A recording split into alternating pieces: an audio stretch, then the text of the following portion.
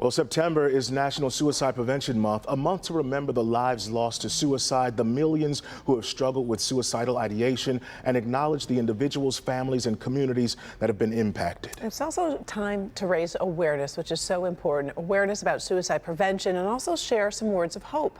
Dr. Frank McGeorge is here with an important message for everyone tonight. Doc. So important, Karen and Demond. You know, nearly 50,000 people died by suicide in the U.S. last year, according to CDC estimates.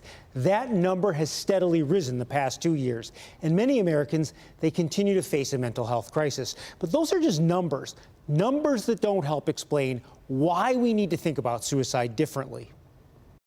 He was a complete and utter goofball. He drove us bonkers a lot of the times. We'd give anything to have that back. He was a father, a husband, and a CEO. You know, he had a really busy job, but he always was there for the girls. Beneath Jeff Parker's exterior, there was a silent suffering. That shame and stigma is what gets in the way and prevents people from accessing help when they're struggling. And clearly that, I would imagine, was going on for my husband, since it was not something that we were aware of, that he struggled with. On January 14th, 2022, Parker died by suicide. And I think the thing I heard the most is, you all seem so perfect.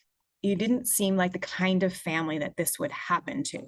And I think that that really speaks to what we as a society think and conceptualize in our mind about what a person who is struggling looks like. His wife of nearly 32 years is an advanced practice registered nurse. For the past decade, suicide prevention has been her focus. She says suicide stigma needs to be erased, and talking about it can save lives. But if we begin to sort of change the narrative around feelings and emotions and see them all as normal and okay and expected, we can begin to get ahead of things like suicide, depression, and anxiety, because we're creating space and opportunity to have these conversations when difficult things come up. I would say that suicide does not have to be the answer. There is hope, there is help, and that you are loved.